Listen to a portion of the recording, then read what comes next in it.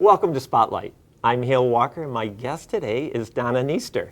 Donna, thanks for being with us. Oh, glad to be here. Without a doubt, one of the most difficult introductions because you were involved in so much, not only on the private side of business with the CPA firm and Atchison Ventures, but also philanthropy. You're extremely involved with the Atchison Foundation, with the Community Foundation, and now with the Council of Michigan Foundations, and congratulations on your newly elected board seat. Thank you. I'm very excited to be a member of the board of the Council of Michigan Foundations.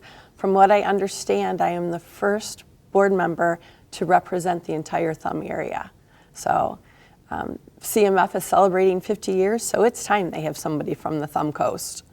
You know, and it's just amazing. So many of our viewers know your name because it's out there, but they don't get to see Donna all that often because you do so much behind the scenes.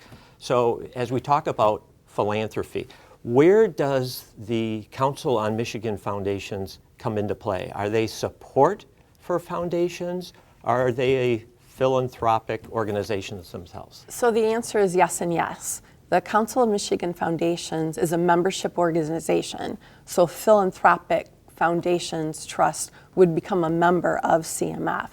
And then CMF will help lead, support, and strengthen everyone's philanthropic process.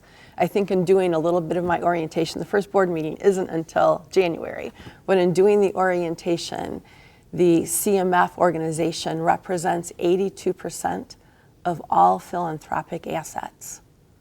Wow. Their members, of which the Community Foundation of St. Clair County is a member, gave $1.8 billion last year.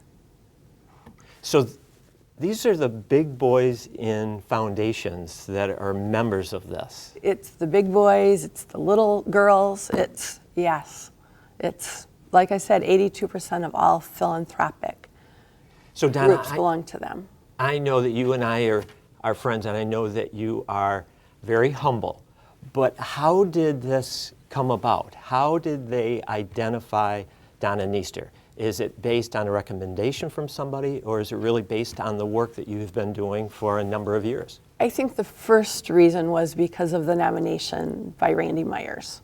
Okay. So Randy does a lot with Council of Michigan Foundations, serves on a number of committees, and speaks at their functions. So it was that, and a number of years ago, I was fortunate enough to be the recipient of the Outstanding Community Foundation Member of the Year. So my name was out there a little already. Oh, congratulations. Thank well you. deserved. Thank you. We're going to take a brief time out, but when we come back, let's talk about how our viewers can get involved in philanthropy. So many people think that you need to be somebody of means to be able to get involved. So let's talk about that. Sounds good. Stay tuned, and we're going to be right back. Women's Life Insurance Society is a different kind of insurance provider. It's the life insurance you need to protect your family's financial security with the added benefit of helping those in need in your community. Choose planning ahead and giving back. Choose Women's Life. Welcome back to Spotlight as we continue our conversation with Donna Niester. Donna, when we timed out for a break, we started talking about how people can get involved.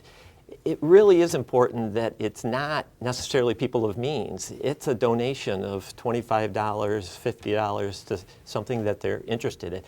How do you recommend that people start getting involved? First off is know your passions.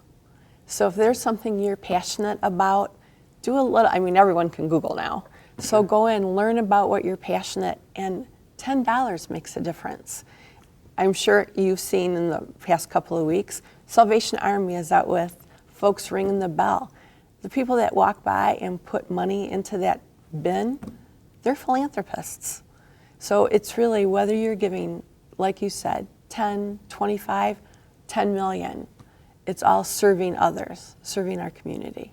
You know, it's interesting because you talk about Salvation Army. It's not only putting money in the can, but be one of those people who rings the bell. Oh, absolutely. Time is a huge philanthropic asset. Give of yourself, and we can all do that. So one of the difficulties that people have, if they're new to giving, are they giving to organizations that are credible? you hear about the scams that are out there, and I think people sort of sit back and they're tentative. Is there a way to be able to address that? There is, and I will start with your local community. Look at those foundations or the nonprofits, because foundations give to nonprofits, that you see doing good work. They're out there. And you can, again, Google and see what their giving history is. And I so understand what you're saying, because there'll be some organizations that do a good talk and you want to give to, but then you find out that 90% of your dollars is going to administrative costs. So that information should be available on their website. There's other ways as you start to Google through Morningstar or look up foundation report cards, and they'll give you more information as well. Well, Donna, congratulations on your addition to the board for the Council on Michigan Foundations and everything you do in this community. We're certainly lucky to have you. Thank you, and I want to thank you for being there when it happened. It was. At That was the conference in Grand Rapids. very exciting. So thank you. You bet. And thank you for staying tuned to Thumb Coast Television as we spotlight nonprofits and economic development in the Blue Water area. I'm Hale Walker, and this is Spotlight.